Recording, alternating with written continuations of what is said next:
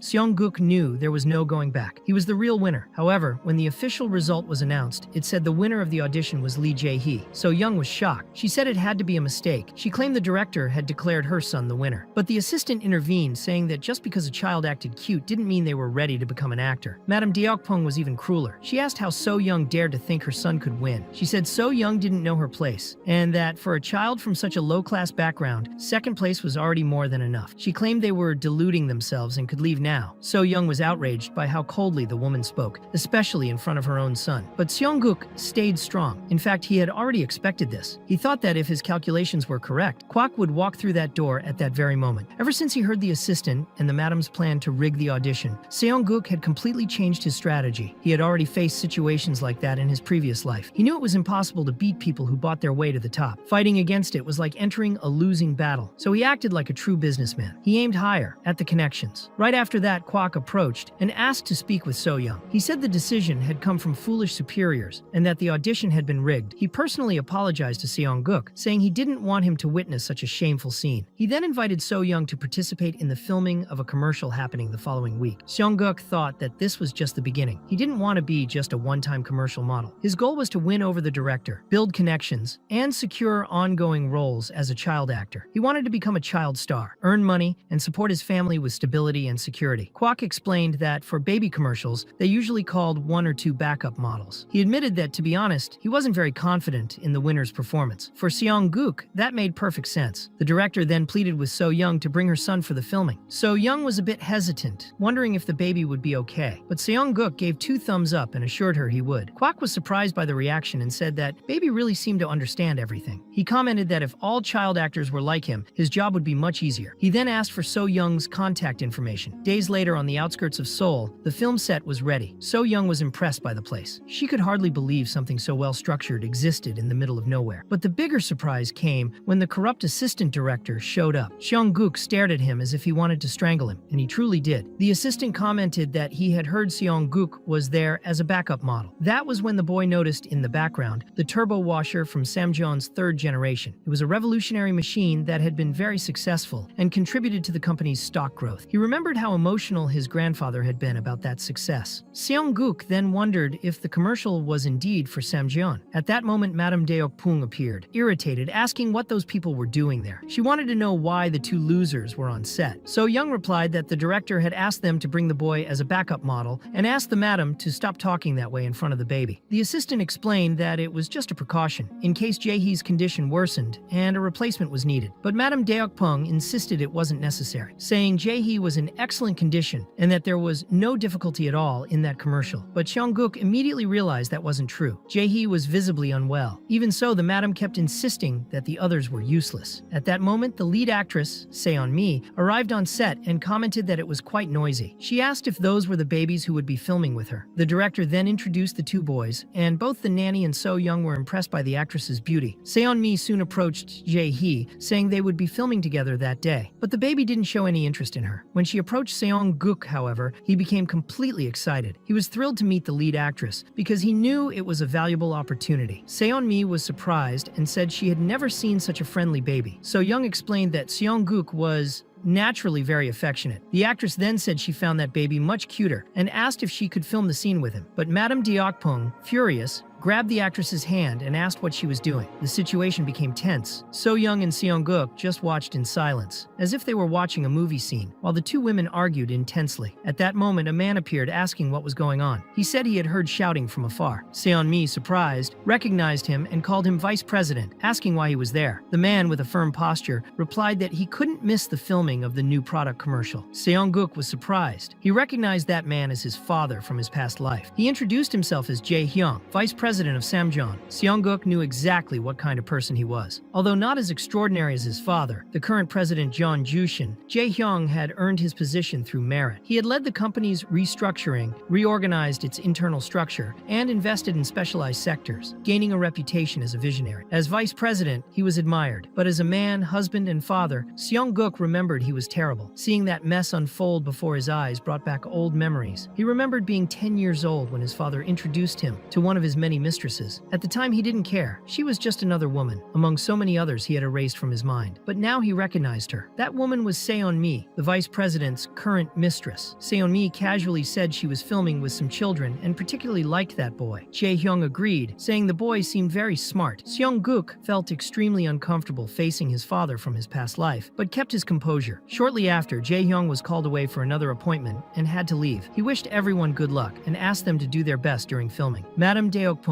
bowed respectfully, promising to give her best. Seong-guk thought it would be difficult for someone like her to challenge the vice president of Samjeon directly, especially being the wife of a major shareholder. Despite seeming like a typical playboy surrounded by women, Jae-hyung always had a charisma that justified his position in the company. He was exactly the man Seong-guk remembered, his father. Before leaving, Jae-hyung gently patted Seong-guk on the head and advised him to be careful during filming. Then he left. At that moment, Seong-guk made a silent decision. This time, he would live differently. He had found something that was finally worth calling a family, and he would protect these people at all costs. One day, he would create a company even greater than Samjeon, and when they met again, he would be at the top. The assistant director announced that filming would begin soon, and that director Kwak would arrive at any moment. The child models were called. Both So Young and Seong-guk decided to focus on what really mattered. The commercial's content was simple but emotional. In a beautiful village in the forest, a mother washed clothes beside her baby. Among the items was a white shirt, completely soaked with sweat, that belonged to the child's father. The Samjeon washing machine was turned on and, thanks to its technology, made the shirt impeccably white. The baby, happy, rubbed his cheeks on the clean shirt and called out for his dad. The scene ended with a refreshing image of the washer, shining under the light. In Seong-guk's past life, that commercial had been a huge success. It was praised for its direction and won the Donghae Advertising Award, one of the most prestigious prizes in advertising. The child actor at the time achieved national fame, but this time, Seong-guk would be the star. That was because Jae-hee wouldn't stop stopped crying. When Seon-mi tried to approach him, he slapped her. So-young, watching the situation, was confused and asked why the boy was acting like that all of a sudden. Seong-guk, meanwhile, simply thought to himself everything was going exactly according to his brilliant plan. Jae-hee was clearly tired and irritated by his mother's constant torment. When Kwak announced that he would be removed from the filming, Madame Deokpong protested, saying it was absurd since her son had been declared the winner. But Kwak explained that filming had been delayed for over an hour because of the boy. He refused to cooperate, wouldn't listen to instructions, and kept hitting the actress in the face. He said that with or without him, the shoot would be completed that day. Irritated, Madame Deokpong grabbed her phone and announced she would call the president of the Deokpong group directly. Watching the scene, Seong-guk found it nostalgic. That phone model looked like it came straight from the 90s. She threatened to call immediately and replace everyone involved in the shoot. However, before she could make the call, Seon-mi stepped in firmly and slapped the madam in the face. She explained that when someone outside the production starts causing trouble on set, she simply can't stay quiet. She also said that as the wife of a Deokpong executive, Madame Deokpong probably thought she was superior to everyone there. Kwak stepped in and called for a break in the shoot, but internally both he and So-young were quietly pleased with the slap the actress had given. Seong-guk, for his part, didn't even bother to hide his smile. He was genuinely satisfied. Seon-mi then asked to resume filming, this time with Seong-guk, and Kwak quickly agreed, ordering everyone to return to their positions. Madame Deokpong, shocked, asked if they were seriously considering using that low-class brat in place of her son. She claimed that with him, the commercial would be a disaster. The red light of the cameras turned on, a symbol that had followed Seong-guk throughout his entire past life, from birth to death. He knew that acting confidently in front of the camera was one of his greatest strengths, and in that moment, he was ready to unleash his full potential. During the filming, everything went perfectly. When Seon-mi asked the baby what he thought of Daddy's clean and fragrant shirt, Seong-guk responded with the perfect expression, an adorable, natural, and charming smile. Kwak ordered the main camera to remain as it was and told all the others to focus directly on Seong-guk. He continued acting, doing all the necessary poses, keeping his gaze firmly on the lens, as if he were communicating directly with the audience. The director was impressed. He thought that baby looked straight into the camera with the precision of a seasoned actor. He was a genius. Even Seon-mi was thrown off and momentarily forgot her line, distracted by his performance. At the end of the scene, Seon-mi delivered the commercial's catchphrase, wrapping up the shoot. Everyone was visibly satisfied. Kwak said it had been perfect. Later, Madame Deokpong protested once again. She said it was ridiculous that they had chosen that baby just because he looked a little cute, but Kwak responded firmly. Her son Jae-hee simply didn't know how to act, and Seong-guk had done everything perfectly, even while exhausted. Seon-mi tried to comfort So-young, telling her not to worry about the woman's yelling. Nothing could change the fact that her son was talented. The actress even said that Seong-guk was the best child actor she had ever seen. She never imagined she'd finish the entire shoot with just 2 takes. Madame Deokpong, furious, responded by saying that Seon-mi was nothing more than a mediocre actress. She asked if she had any idea how much money had been spent on that pathetic commercial. She accused the assistant director of accepting bribes and sarcastically added that he must have made a lot of money. Kwak then turned to the assistant and asked him directly if he had taken a bribe from outside sources. He said the two of them would have a serious talk as soon as everything was wrapped up. Madame Deokpong, enraged, shouted that she didn't need any of that and that no one cared about that useless commercial. She declared that she would sue everyone involved. Seong-guk, tired, mumbled softly, "Good riddance. For God's sake, I was sick of her already." Kwak apologized to So-young, but she replied that there was no need to apologize. Everyone had worked hard. The director thanked her deeply for the effort. He said he didn't even want to imagine what would have happened if Seong-guk hadn't been there that day. With filming complete, they were dismissed. Payment would be sent soon. So-young and Seong-guk returned home happy. The little one could barely keep his eyes open. He was nearly collapsing from sleep. All he wanted now was to rest. After all, acting is exhausting. Very much so. Before they left, Seon-mi offered them a ride in her van. Seong-guk fell asleep in the back seat immediately, while So-young thanked her sincerely. But Seon-mi replied that